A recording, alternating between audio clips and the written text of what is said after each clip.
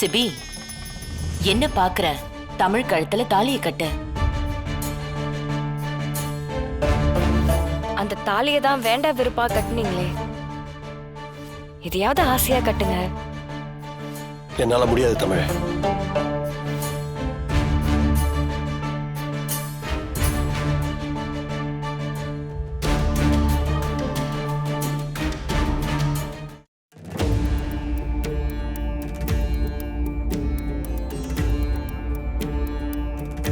என்ன ஜனாமா, உங்க பேர் எப்படி கோச்சிட்டு போறாரு? அவங்க கல்யாணமே ஒரு குழப்பத்துல தானே நடந்துச்சு. இன்னும் அவங்க 2 பேருக்குள்ள சண்டை சரியாகல போல.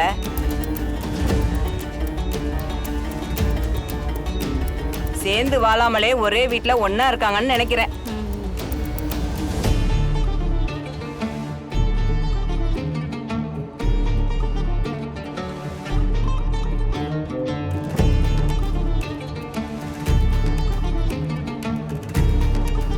சிபி, பா, ஏன்பா ஏன் இந்த மாதிரி நடந்துக்கிற? வந்து தாலி கட்டுப்பா. அப்பா, எனக்கு இதுல நம்பிக்கை இல்லப்பா. இங்க பாரு, உனக்கு நம்பிக்கை இருக்கு இல்ல, எல்லாரும் செய்யறாங்கல்ல. கோவில்ல நடக்கிற ஒரு சடங்கு, இதுல நீ மட்டும் ஒதுங்கினா என்ன அர்த்தம்? இத பாரு, இப்ப வந்து தாலி கட்ட போறியா இல்லையா? முடியாது. சிபி, என்ன பிரச்சனை உனக்கு? ஒண்ணு இல்ல ஜானு. அப்புறம் என்ன, தாலி கட்ட வேண்டியது தானே? வா சிபி. சரி ஜானு.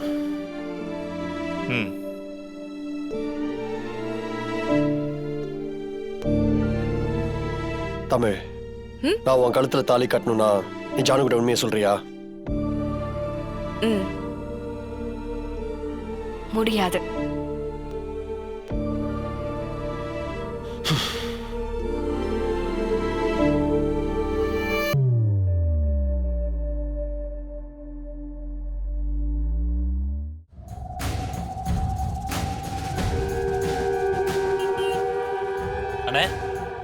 என்னடா ஜெயராணி பத்தி விசாரிச்சியா?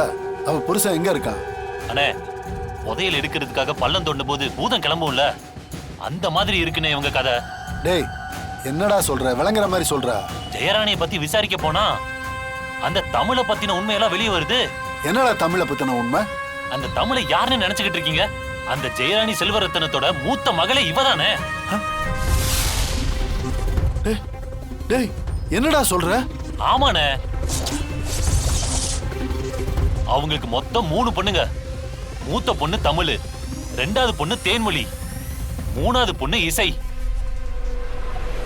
இவங்க அம்மாவா வேற ஒரு ஆளை நடிக்க வச்சிருக்காங்க.